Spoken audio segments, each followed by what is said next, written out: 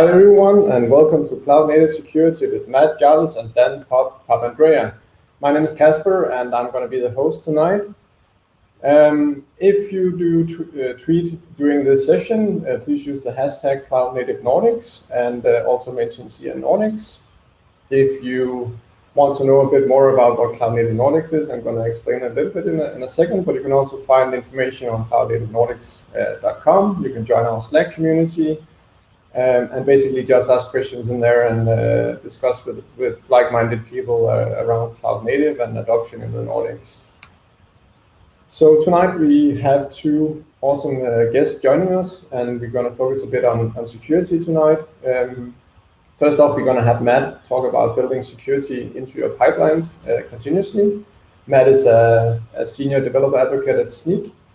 And then really nice fitting afterwards, we're going to focus a bit more on the runtime aspect with Dan, who has the talk. Runtime security is like making smog hair, the Danish word. I'm not even going to try to pronounce all the other Nordic wordings, but it's basically cookies in English. You need the right ingredients to create cookies. So looking very much forward to see what Dan is going to bake for us tonight.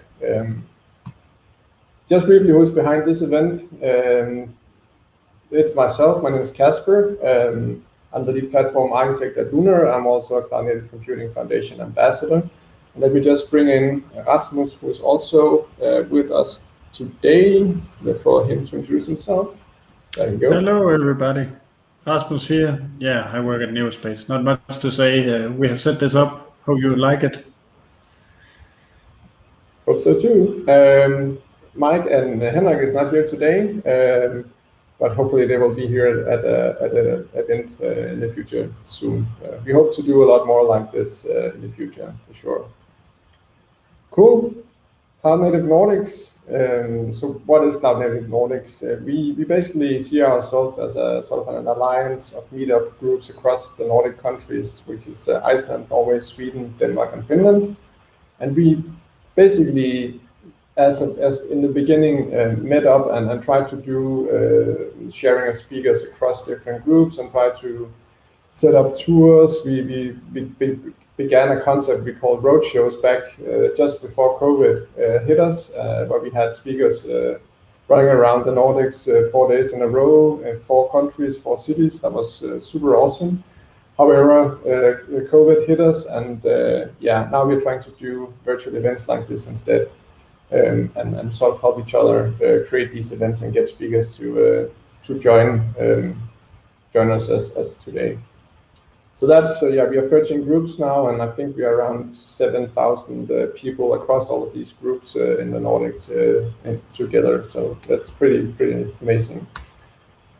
We also have an event planned already, or it's actually the CNCF Kubernetes in Finland group who is organizing this event. It's going to be around Kubernetes and Rancher, and it's basically an Ask Us Anything. So if you're interested in that, you can find more information on the event. I think it's in meetup.com right now in the CNCF and Kubernetes Finland group. But otherwise, there's going to be more information out, at least in the Slack community, and probably also on our social media once we get closer to the March 17th. And the last thing from me today is, if you have any questions during this presentation or during these presentations, please use the YouTube chat. We have this awesome features within the streaming platform to actually put your questions up on the screen and ask the speakers these questions. So if you have any questions, please use the YouTube chat. And I think with that, let me just remove my screen.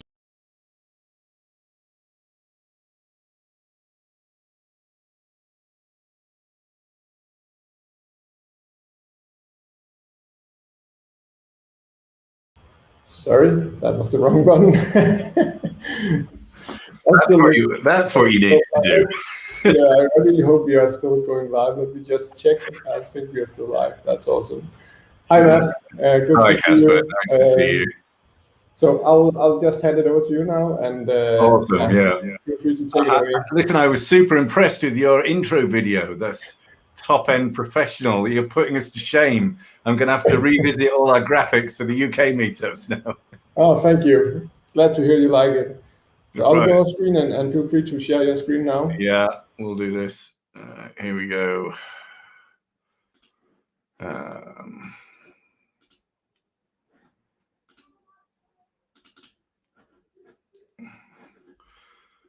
Okay.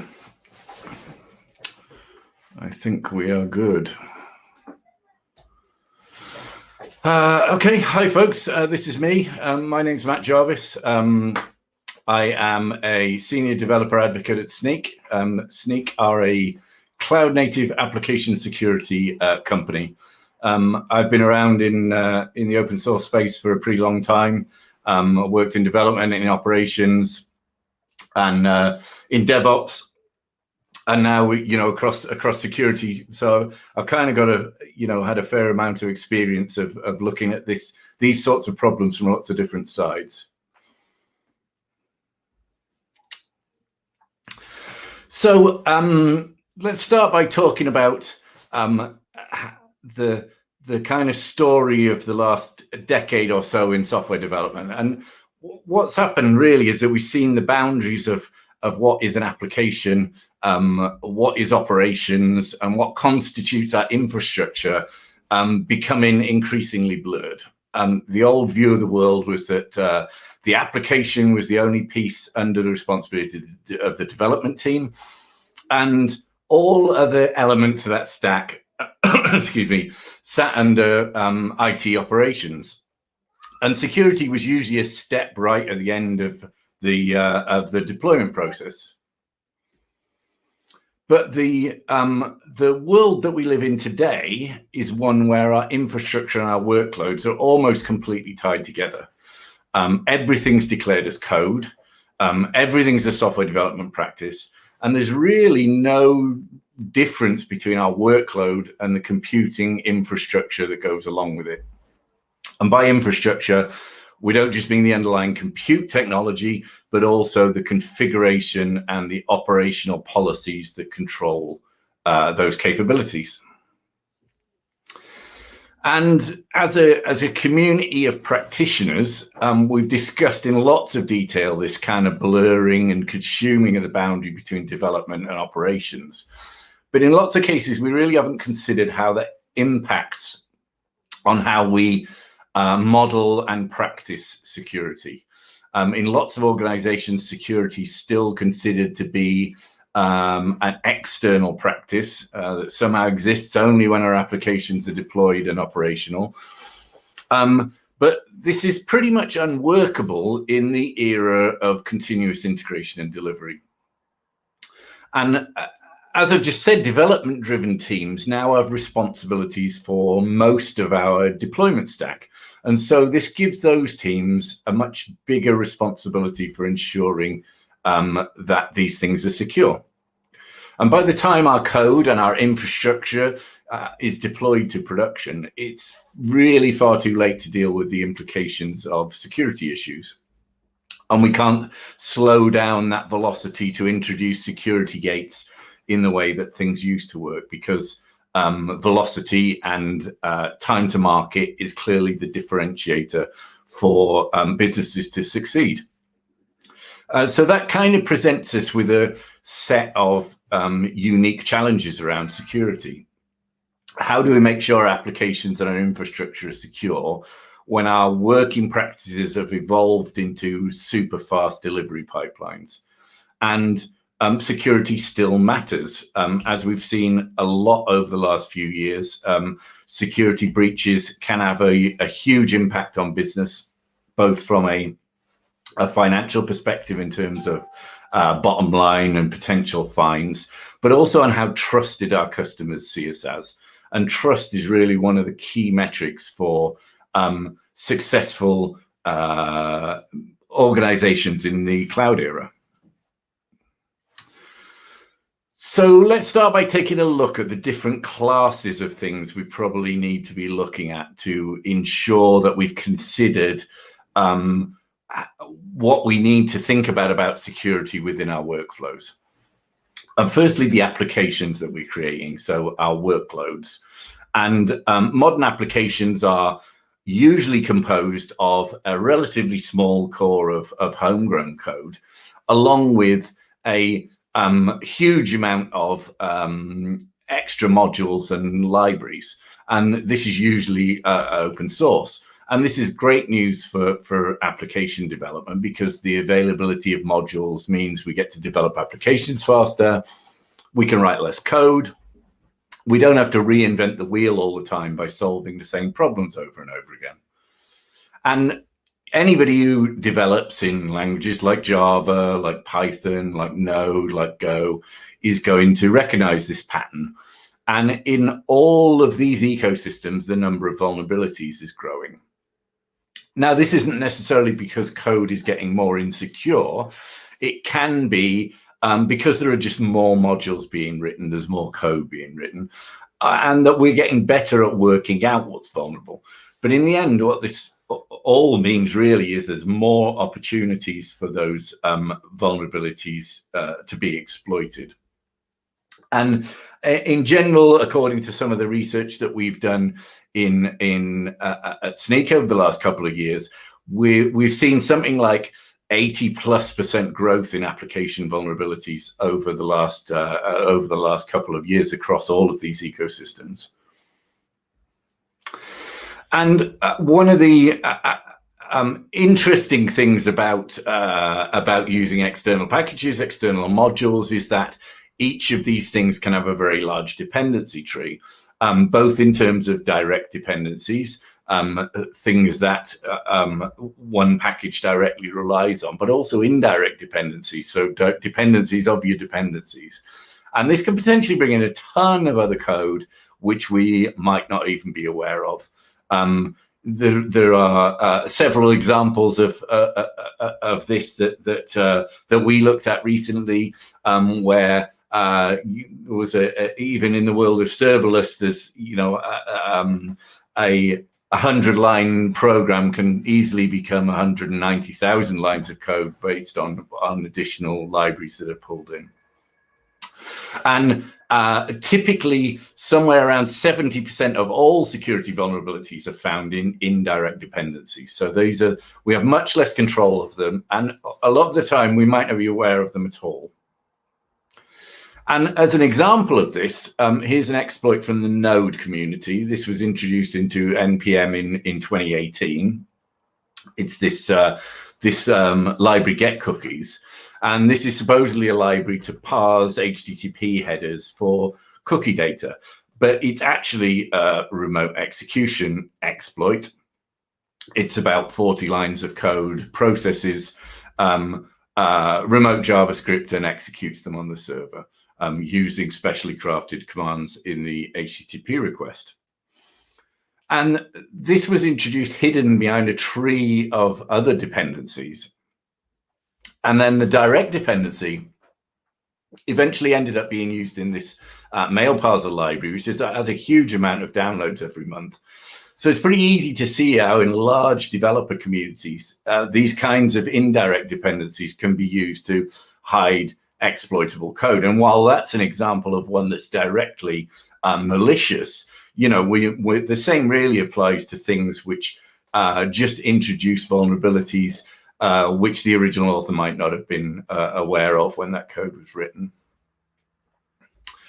So that bit about vulnerabilities in our dependencies, in our modules that we're including in our code is super important, because they make up such a big part of our code bases these days.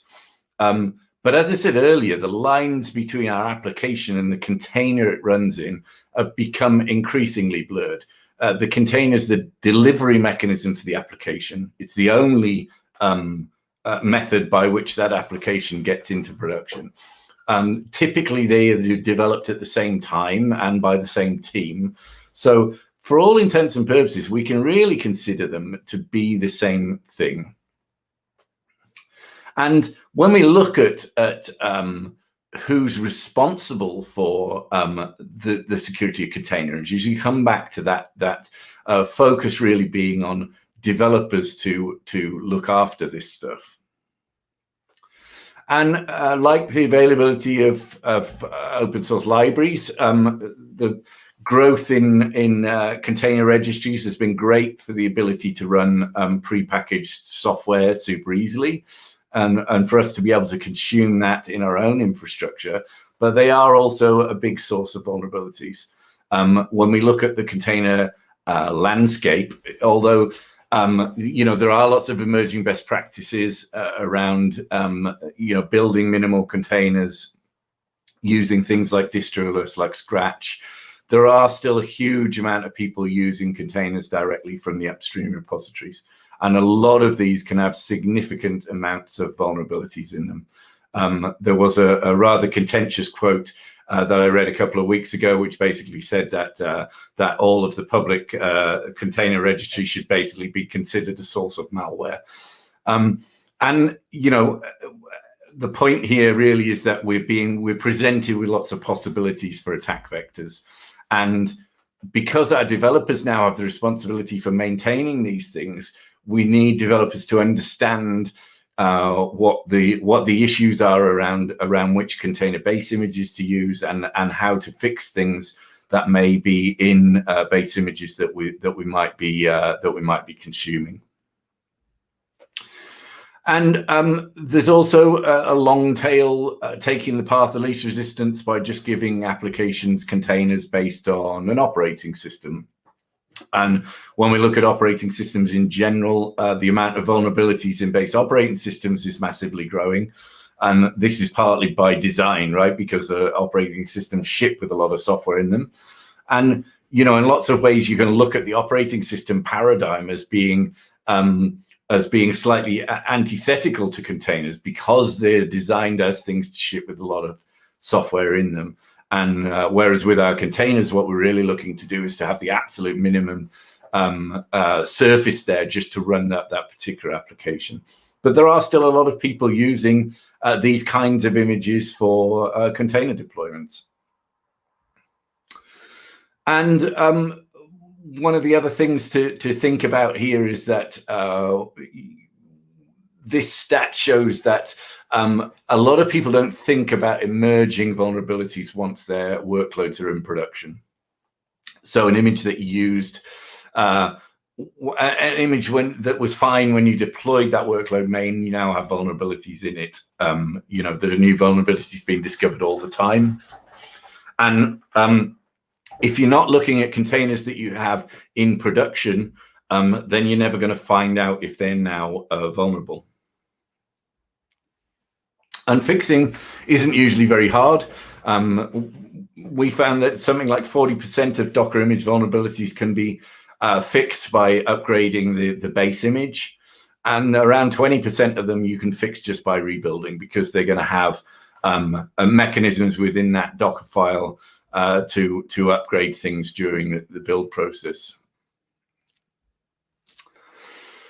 And as we've moved, everything into the cloud and now into Kubernetes, configuration's almost entirely in code, and it's part of our development workflow. And by configuration, we can include all of our Kubernetes YAML, our Helm charts, our automation, our Terraform, and all of our policies and configuration that goes alongside that. And this is a massively growing field, as we can see the amounts of this kind of code that's in GitHub now. And we're really only just starting to view that as something that we need to consider from a security perspective. Kubernetes is a pretty complex system as it is. And as we've moved the responsibilities for developing that kind of code into our development teams, there's clearly space for misunderstandings about how things work. And we then can compound this problem with things like service meshes, which increase that complexity even further. And with this much code out there available for folks to download, we can again see that potential risk of the path of least resistance, where we might be just using existing code as templates when we don't fully understand how these things work. And there are certainly things that I've seen, misunderstandings about security configuration in Kubernetes that can be a pretty major impact here. If we look at things like disallowing privilege escalation in a container, which if you've set to that you can't run you need to run as non-root and you can't run privileged, lots of people can forget that you also need to disallow privilege escalation. And Kubernetes doesn't give you any guardrails about security out of the box. If you're just using upstream Kubernetes, there are many default settings which people should really be aware are not secure by default. And all of this configuration is a massive security risk. This quote from the Open Web Application Security Project is a couple of years old now, but I think it still proves the point that a huge amount of security breaches are coming from misconfigurations in infrastructure. And as I'm sure most of us are aware, there's been lots and lots of real world examples of this. You know, most of the big exploits of large companies have been a combination of application level vulnerability, then taking advantage of misconfiguration in infrastructure in order to escalate that attack and widen the attack surface for it. And you know, there are lots of other examples, even if they haven't been big news. Hacks, AWS cloud credential leakages is a really common one, and certainly clusters infected with crypto miners. You know, and these things are all coming from problems with configuration. And we can just look at some of those things briefly in Kubernetes to see how the defaults really aren't designed for you to be secure out of the box. So resource limits are not set by default, which means a pod can potentially consume as much resource as the kubelet will allow it to. This has got the potential for denial of service attacks, and we can end up affecting a much bigger scope than just that single application. And Kubernetes will also let you run containers as root, and a huge amount of those containers in public registries are built to run as root. So this opens up pretty major security implications. A compromised pod running as root has the potential to escape the container. And so we really need to be limiting the potential for these kinds of attacks. And very few applications really require root to run. Writable file systems, another similar one. You know, if your file system is writable inside your container, as an attacker, I've compromised the pod. I can download software. I can make changes to configuration. You know, these things are easily protected against in order to restrict the blast radius of a single pod being compromised. And this is another one, capabilities by default. You know, you've given a pod access to the default set of capabilities that the container runtime provides, and usually container runtime capability sets are pretty wide. You know, capabilities are pretty high level kernel permissions, and you know, a huge amount of applications don't really require any capabilities in order to run.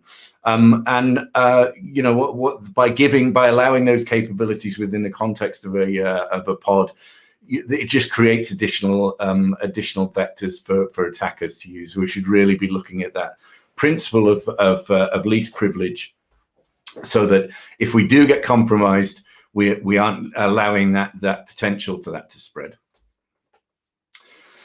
So where do we kind of start with all of this stuff in terms of our kind of Git-driven workflows? And you know, the emerging answer to this is that we need to shift all of our security practices right over to the left, embed security all the way through our development pipelines, so that we've shared that burden of security responsibility across our development engineering teams. And this is where this concept of DevSecOps comes into play, that we need to integrate security considerations into our workflows in exactly the same way as we kind of merge development and operations over the last few years. And if we look at that, we kind of break down what that kind of looks like. You know, the obvious first place to start is at your developer eyeballs. We need developers to have insights straight away into potential security issues, and that tightly integrated into their workflow, so it's not slowing folks down to be aware of this stuff. So that means tooling that's available in your local CLI, integrations with IDEs, and we need to reduce the overhead for developers to use those tools right at the point they're working, before code even gets into repositories. And then the tooling that we use has to provide developers with the right information to be able to make decisions, so actionable stuff, not just lists of CVEs, but tools that give us insights into how severe vulnerabilities are, how exploitable they are, prioritizes them, along with remediation advice on how to fix stuff, right? Because ultimately, this is what this is all about, is how do we fix this stuff? And these examples are showing doing all these things with Snake. I will hold my hands up that other security tools are also available, but you can do all this stuff with Snake. So the second touch point for us, really, from a security perspective, is clearly Git itself. And our Git repository is now the single source of truth for everything. So that has to be secure. Git has been pretty secure over the years. And in most cases, folks are using hosted Git services like GitHub, like GitLab, who've been pretty good at security. But there are definitely some process-related things to consider here. By its nature, Git can open you up to certain things, and our users need to be aware of what those pitfalls are. So we want to be doing things like enforcing two-factor authentication, making sure our users have strong key security practices, that they're keeping Git updated locally. Exposing private data is always a risk, and this is particularly in commit histories, or when we're kind of working with repositories wholesale. Perhaps we're moving a repository from one place to the other. The safest way of working with configuration data in Git is that it should really never be in there and encrypted. So things like passwords and all that stuff, even in local repositories, for exactly that reason, because we can expose it fairly easily. So we need to educate users to be able to use gitignore and tools like that. And it goes without saying that we need strong review processes. This stuff's really all about the human aspect of this and making sure that our processes are correct and that they're being followed. And where we can, we want to automate this stuff. So we want things like pre-commit hooks and automation, so that we're minimizing we're minimizing the friction to follow good security practice. So once we're confident that Git is secure, we can then start to leverage automation here. So on every PR, we want to be looking for those same issues that we're catching in the local development stage, but this time there's clearly all going to be automated. So PR checks, and then and scanning, container images, Docker files, third-party dependencies, infrastructure code, every time something's changed in the repository. And we can also monitor things on an ongoing basis in here. So things that might have changed upstream since a particular piece of code was committed, even if our code hasn't necessarily changed. So the monitoring scans over time will let us pick up things in the code repository where it's relatively easy to fix. And container registries also fall in this category. Nothing's fixed in stone, so an image that looked fine when it was built might now be vulnerable. So, if your registry has built-in scanning, and in most cases, almost all of them do these days, take advantage of that. Use tools that are going to integrate into your registry. And we need to be scanning those images on an ongoing basis, even if we haven't necessarily changed, for that reason that we want to catch things that may have emerged since we last used that. And, there's clearly a difference between looking at our Docker files that we're using to build our images earlier in the pipeline to looking at the images itself. There are two different artifacts that we really need to be looking at both of them in terms of our security. And another key integration point is our CI/CD systems. And again, here we want to be looking at automating security scanning across all those, across all of those things when we build and when we deploy. And we're you know, it's a double check really on the things that we've scanned as they're coming into source code management, but we also may be getting things on build that have changed since the code was committed. And then the final place we want to be looking is in our production environments. And I know Dan's going to talk probably a lot more about runtime here, but you know, from the container perspective, containers in production, especially when they don't change very often, can end up with vulnerable images. So we need to be looking at things that are running in our cluster, and as a final double check at new containers being spawned. And I think, you know, this is some of the most interesting stuff at the minute in terms of emerging practices really happening at these kind of stages, both in terms of runtime anomaly detection, as we're getting better at being able to detect behavior without having a huge overhead, computational overhead on doing that. But also in terms of things like admission controllers, you know, open policy agent and things like that, to ensure that the security policies that we're defining are being reflected in code being deployed, so that we're actually stopping things from hitting our production environments if they don't comply with what those should be in terms of particular settings. So the takeaways from all this is that we need to shift our security left, and we need to empower our developers to make decisions about security based on modern tooling, modern process, and we need to give them insights, actionable insights into how to fix this stuff. And in this new world, I think security teams can't be gatekeepers anymore with final control over deployment. We need to consider the role of security professionals in the cloud native space as advisors and toolsmiths as opposed to gatekeepers. So enabling our development teams to keep delivering feature velocity. And like I said, visibility and remediation of security stuff, it needs to be baked into each stage of the pipeline. So we're leveraging automation to scan all of those things that we're interested in, all the way through from our local development environments through to production. So thank you very much for listening. Sneak is free to use, so please, if any of this has been interesting, you can sign up for free at the link on screen, and I'm happy to take any questions. Thank you very much, Matt. Just with respect to everybody's time, I think we will see if we have time for questions at the end. That's absolutely fine. I've just noticed I'm slightly over, sorry. No worries. We will see if we have time for the end. We do have some questions. So with that, I think I'll hand over to Dan now, and we will catch up at the end with the questions. Let me just remove you, Matt. Hi, Dan. Welcome. Hey, can you all hear me okay? Yes, we can. All right. Hey, so everyone, my name is Dan Papandrea. I'm going to be talking about runtime security. Hey, I just tried to share my screen. Okay, cool. You can see it.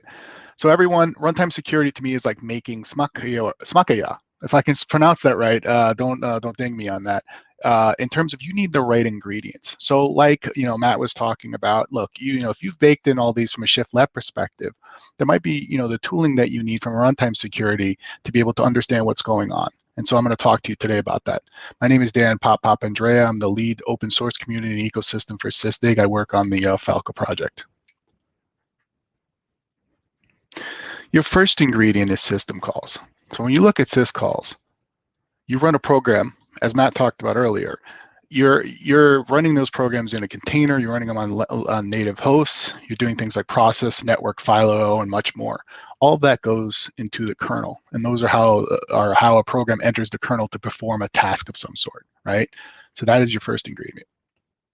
System call is that fundamental interface between an application and your Linux kernel. So if you man that page, you'll be able to kind of see that on page 2. The second ingredient, if you all have heard of enhanced Berkeley Packer filtering. I mean, it's a very novel term, and it's a very useful way of tapping into that kernel to be able to do things with system calls, and also Falco. eBPF is safe, efficient Linux kernel access. Before, you would have to be able to get access to kernel, you would have to send to the mailing list and do all of those things, whereas eBPF is a very simple way for you to get that capability. So you can, access the kernel without risking any deep level of system security, because it runs in this virtual space, right? For you to be able to either like run a probe or like an eBPF probe or a kernel module to be able to like tap into that. So it's super useful for security monitoring and troubleshooting, things like Cilium, or if you've heard of Kinvolk, they do, troubleshooting as well, and obviously Falco. So what is Falco? Falco is a CNCF cloud native runtime security project. It was created by Sysdig in 2016. It detects unexpected and anomalous behavior and threats at the runtime, and is the de facto runtime security engine for Kubernetes and in cloud native. If you look at like the latest, we've been included in the CKS. So if you're getting certified for runtime perspective, we're already baked into that. What Falco does is we basically parse system calls at runtime. We have a powerful kind of stream engine that like allows you to do rules for you to create for different scenarios. And in my demo later, I'll actually show a scenario where we're going to bake some cookies and put a recipe out there and see if somebody can attack it. It's Casper's new bakery that he just started. So we'll be alerting when a rule is also violated. So we recently donated all of this IP in terms of this is the functionality we had in terms of Falco and our run engine, but also this LINSP event parsing and also capture capability. So those are now based to the CNCF project. Somebody can fork this and create all types of functionality without having to learn deep kernel capability or eBPF capability. You have that built in. So you have these system probes, kernel modules for you to do out of the box from a contribution perspective. So you already have these. So in terms of our architecture and what this allows you to do is, if you look at like this kernel mod probe and those two libraries that I talked about, you're filtering events that are happening, suspicious events or alerting. You could take that data and send it out to syslog, file, standard IO, or you can use something called Falco Sidekick, which is a daemon that allows you to output to many different other sources through like JSON and all of that. So I'm going to demonstrate Slack a little later as an example, but you can also have it send out to cloud events or I've seen folks use PubSub or directly to SIM, so it's super useful from that perspective.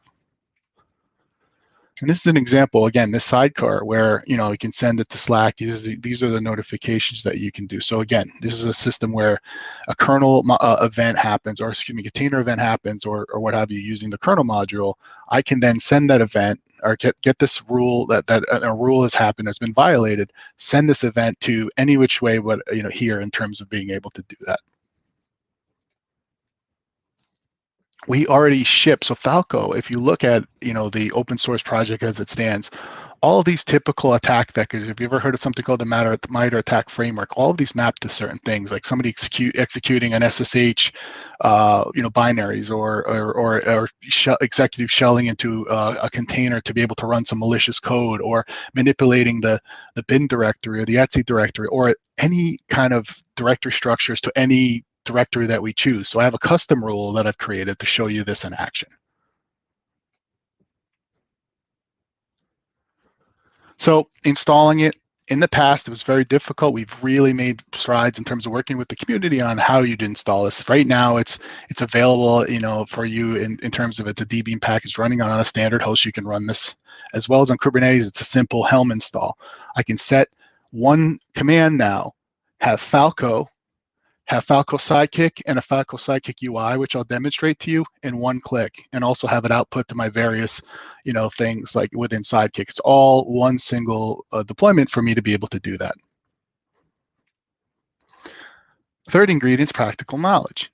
Again, if I'm if I'm a security person, a developer, an operations person that kind of wants to understand what's out here, there's things like, there's a demo where somebody could, articulate some type of thing. We've already built these rules out for you. So you can use these as a basis and then even contribute those back, which I'll talk about contributing back in the later slide.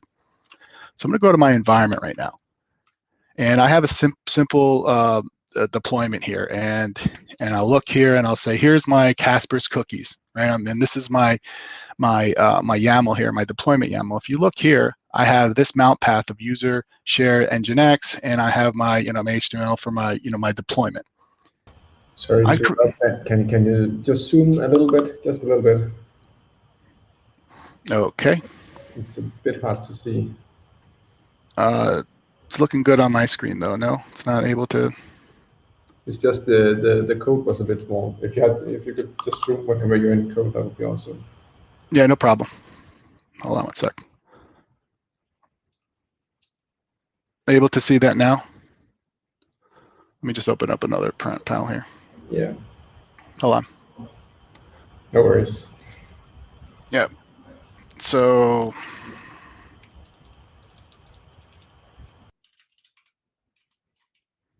is that better? Yes. Thank you. Yep.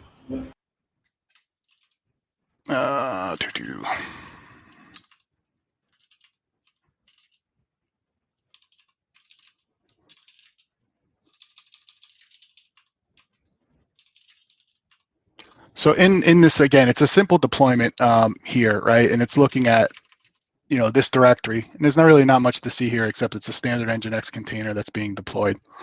Now, other aspect of this is I have a custom rule, right? So if I look at this custom rule, right, in terms of the syntax of the way that Falco works, right, it's a very simple YAML that we've created saying in this rule, this is the name of the rule, this is the condition where event path equals this specific directory. Like I said, we have these out of the box as well, right? So I've had this deployed, and this is a prioritization of emergency, and there's a tag, or here's the outputs that I would have in the alert itself. Okay. So let me go ahead and deploy that.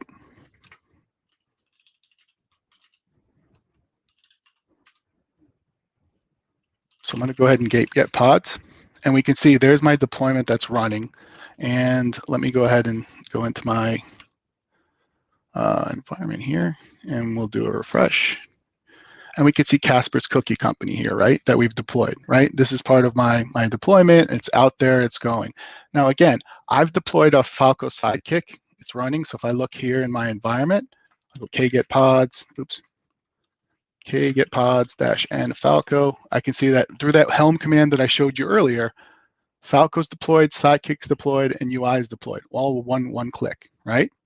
So now I'm going to go ahead and do something like, I don't know, I'm going to try to intercept one of those. I'm going to exec into one of those pods, right? And so nginx deployment --,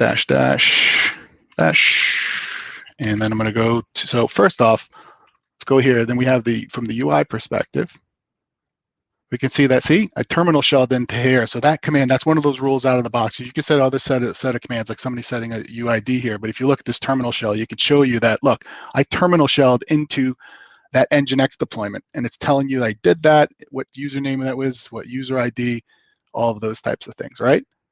But let's trigger another one. Let's trigger that custom rule that I showed you here, right? This rule, the cookie tampering one, right? Because look, Casper's got this amazing recipe. He doesn't want anybody else to get his I'm not even going to try to pronounce this one, Finska Kakor, right? He wants nobody to be able to use to get that, right? So let's go ahead and try to get in there. So we're in there. And remember, that rule is going to get triggered if I go into nginx right now, right? And I'd go into HTML. I'm going to try to, and I look at, there's my index HTML. Look, if I'm a hacker, I might want to move this or do something like this, hacked cookies, HTML. Now, Matt talked about this earlier, right? This might be a read-only file system that we've done in the deployment, right? This might be something we've activated, but wait, I want to figure out what happened, right? I want to get to kind of the logistics of this happening.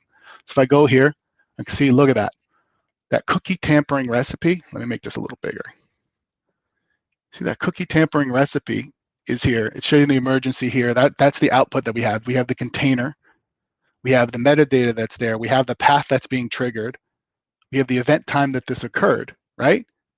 Because look, I've enabled this output for Slack in the UI. Let's go into Slack right now.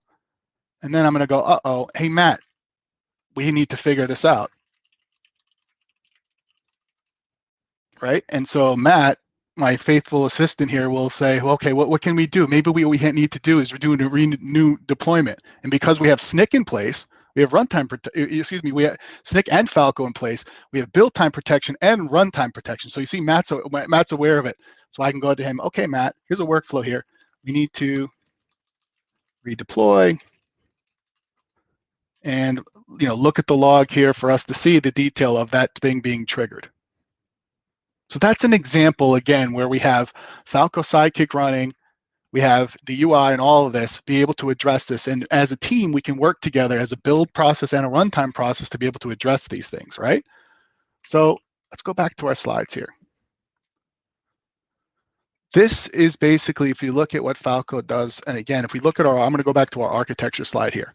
What I did was I have the Falco daemon set running. I have the Sidekick and UI running right now. There was a suspicious event that we got alerted to. It's available in syslogs. It's HTML. We've outputted it to that UI that I showed you. We've output it to Slack.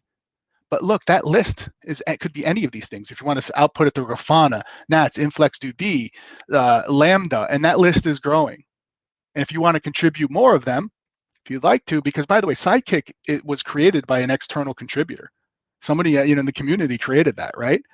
If you want to get started, go to falco.org, check out the Falco project in GitHub. The community is there. I'm in the community right now. If you go to Kubernetes Slack, right now, if you're in the Kubernetes Slack, there's a Falco channel. We're on there. Just get involved with us. We're on Falco as well. In terms of contribution, if you're a kernel developer, great. Look in the core engine. We'd love to have people integrating there. There's integrations, like I said, with Sidekick, or where we have a IDE integration that we're working on. We'd love to have somebody contribute from that perspective. If you have new rule sets that you want to create, right? Look, it was a very simple matter for me to take this rule set that's for cookies and create a custom rule of this based on, again, this is all YAML. This is an event share. Sorry, let me find the bigger one here. But you see here, look, there's basically a path. All of that data is in our page for you to create your own rule sets and then contribute those back for others that may want to have these taken care of. And also documentation. We have a ton of, we've revamped all of our documentation on Falco's website, so definitely be useful for you all to get a learning environment set up. My environment that I just showed you here, it's just a K3S environment. All I've done was run K3S, 2 commands. I was up and running within 4 minutes, not even 3 minutes.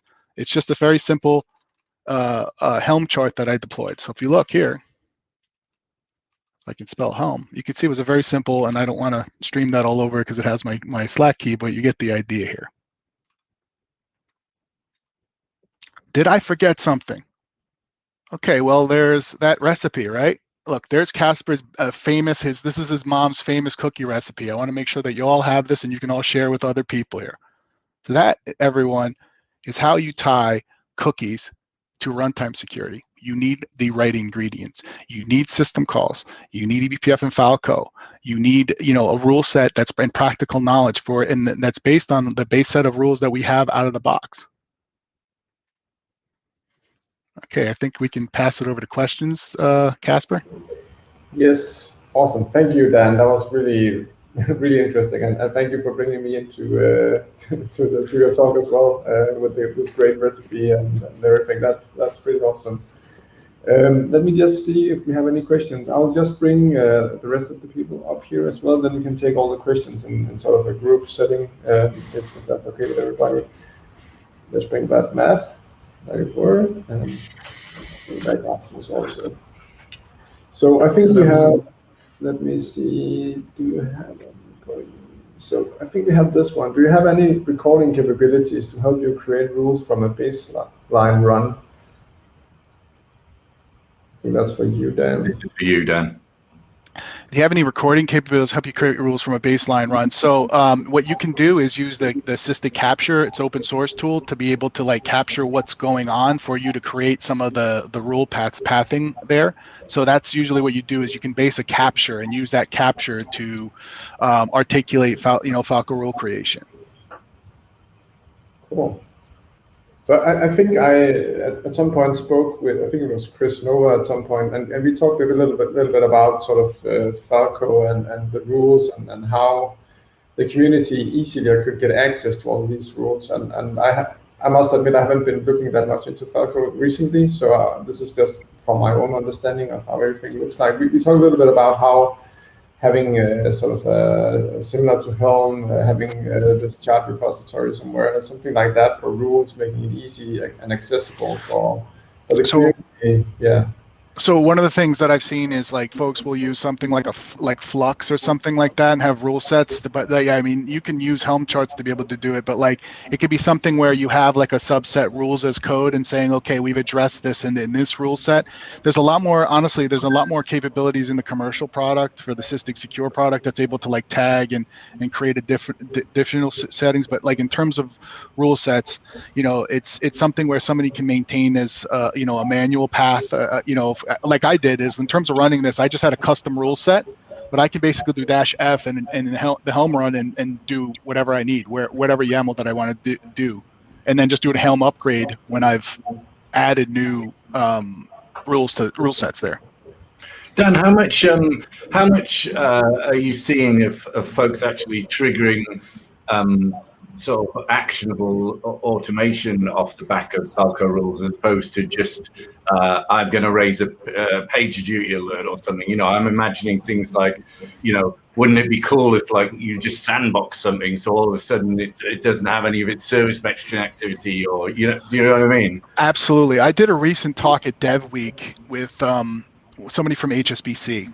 And what we did was we articulated it basically using kubeless or Knative. Yeah. So basically, remember I showed you Sidekick. You can have Sidekick trigger a cloud event, have the cloud event do a Knative or a serverless function, Lambda, any of those types of things.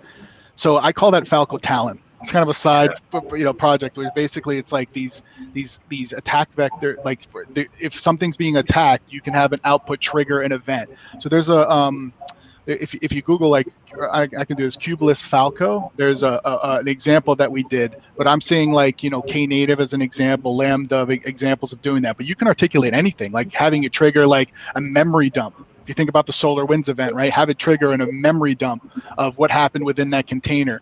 Anything that's a function could be automated to do a creation based on, you know, Sidekick and all of that.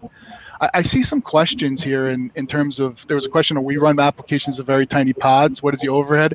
We don't run it. So in terms of that, we run it on the nodes themselves versus in the individual containers themselves, right? So, you know, in terms of overhead, it's significantly low because all we're doing is just traversing things at the kernel level. But there's, you know, it's using like protobufs to be able to kind of attach that or put it out and that type of thing. But again, it's marginal, and Falco's being used in very large institutions, so it doesn't seem to affect their overhead that much. I mean, I think one of the things that's interesting is that we're still really early on this journey, right? I mean, you know, if we look at the whole of the long tail of the industry, you know, it often surprises me how few people in terms of that whole you know, are even using things like admission controllers, right? You know, it's still super small, and for things like Falco and the runtime side of it must be even smaller than that. And you know, these things aren't that hard to do, right? I mean, you know, it's not like it's kind of black magic rocket science. I think as we shift left, we should also ensure that we have like an overall posture from a runtime perspective. Yeah. I mean, it's not just, you know, we shouldn't rest on our laurels, making sure, I mean, look, software supply chain attacks are there, but having something that's addressing signals that are happening that differ from the executables thing, from an anomalous behavior perspective, having another degree of insurance is what I think is having a full secure posture. Having things like baselining nodes, having things like vulnerability management, having runtime, all of those things together to me are things that you need to look at versus those singular solutions. Yeah, I agree. You've got to be looking at that whole picture to really be to really have a grasp on security, because the systems we're building are so complicated now, right? I mean, you know, I think there's you and I have certainly been around for a long time in the computing game, and you know, it's changed dramatically in terms of my career in the last 20 years, and you know, it's only getting more complicated. If you think about microservices and you think about distributed computing as it stands, you have, you know, clusters across multiple clusters. You're hearing now like cluster D, where you're having resources spread, you know, a cluster as a mega cluster, right? You know, those type of things that, you know, you hear that going on, right? what do you do from that perspective? How do you keep everything kind of succinct in terms of, rule sets and having this? To me, it's like you use a Falco daemon, right? You use things like Snick, right? You use those things, Sneak, excuse me, to be able to get you that, that vulnerability management, the runtime capability. But like, again, if you're doing this on a singular basis versus a distributed basis, you're lost. You're not thinking of the big picture. So when we're talking about shifting left, guys, if we shift everything to the left, we will just have more to do at that stage. So how do we ensure that security doesn't go down the list again? Because you have convinced me, we need to put it on top of the list, but how do we do it? How do we ensure this? You want to take this one, Manuel? But I think it's embedding security. Yeah, I mean, I'll just repeat this. Repeat the same thing that I was talking about in my talk, right? I mean, I think that the tools that we use have got to be appropriate, and there's a whole generation of previous security tooling that doesn't fit for that mindset, because it's just about, here's a list of CVEs, right? Well, that doesn't help me. I'm developing my Node application, and what am I supposed to do with that? So, I think the systems are going to get better. Certainly we're already seeing, things in terms of ML, particularly we'll look at the SAS stuff that we're starting to do, and actual code analysis is with Sneak code is becoming so fast now compared to what it used to be. That stuff used to take, like, you'd spend a day running that over any code base of any size, right? And with ML patterns and stuff, you're just starting to get to the point where that can be embedded in IDEs. So straight away, I can see I didn't sanitize that input properly or whatever. And so the idea for you is to make it easy for the developers, because then they will do it. Yeah, I'm a developer myself, so you can convince me about that. If it's easy, I will do it. If it's hard, maybe. And then I think it's embedding. I think it's also, Matt, if you don't mind me saying, like, it's also embedding security for the developer. So they're speaking from the same script, or they're having the same. They're scratching from the same turntable. Rasmus, you see what I'm doing there? Then the security folks, because what happens now? The security team goes to you and says, you have a vulnerability. It's like, no, if you're using something like Matt's tool, or you're using something like Falco, you know already where the vulnerabilities are, because you've run your application through it. You know where, if those packages are vulnerable, then you also know from a runtime perspective, oh, wait a second, no wonder why this is triggering the security team, because this rule is being violated that is addressing somebody keeping a directory that they shouldn't be hitting open. Yeah, I totally agree, and I really want to just emphasize the question that maybe also was. I just put it up on the screen. Yeah. I know that Matt already answered in the YouTube chat, but we should also be careful of not getting to a point where we just get alerts firing everywhere, and nobody actually know how to handle those specific alerts, I guess. So remediation and action points is something that becomes really, really important when you actually decide to fire an alert against. Yeah, I agree. I mean, I used to work in OpenStack and run an OpenStack public cloud, and we started off building that cloud with like alerting on every single endpoint everywhere, and you just have alerts going off all the time. And in the end, almost all people who were running large-scale OpenStack clouds came to the conclusion that the best thing you could monitor was function. So like, how long does it take to spawn a VM? If that takes longer than 20 seconds, then pay someone. Everything else is just noise. But yeah, I mean, I think it's a good point about the vuln fatigue bit. I mean, you've got to find, and you can never fix everything, right? Almost, unless you've got an incredibly simple app, you're never going to have something that is totally has no vulnerabilities, because some of this is still hard, because you've still got to say, how do I balance out the effort that it would take me to fix this versus the actual risk of it in my infrastructure, which is subjective, right? Because maybe I mitigated this risk by some other measure that I've done somewhere else. And I think this is partly something that we need to educate people on as well. It's like, what are those choices by which you prioritize things? And almost everything's a trade-off. I think no tool out there is going to be false positive proof. I don't care whoever's selling you that bill of goods is selling you a bill of goods. Right now, I think what you need to do is ensure that the tool is tunable enough to be able to address your business's level of what you call a vulnerability or what you call an alert. So then you have that, and then you use something like Matt said earlier, ML or PubSub or these things, and subscribe to a topic that's germane through your SIM to the things that really matter from a production perspective. Because look, you turn this, some of these things, the spigot on, you're going to get alerted to it. But if you've tuned either your rules or how you're doing vulnerability management to such a way that's conducive of your business, without a doubt, it's how you cut down on that fatigue. But it's not only for security tools, but it's also for any type of monitoring tool that's out there, any type of observability. Because think about it, you have observability of applications, you have security, you have all of those things. It leads to it's almost the Zoom fatigue of which, no offense, but it's kind of that. So. Yeah, I totally agree. We are running out of time. I just want to highlight the last comment here. It's also about training of developers alongside the tools, right? It's also when we shift left, we also need to train our actual developers to actually know how to handle these situations. So it's also a cultural thing.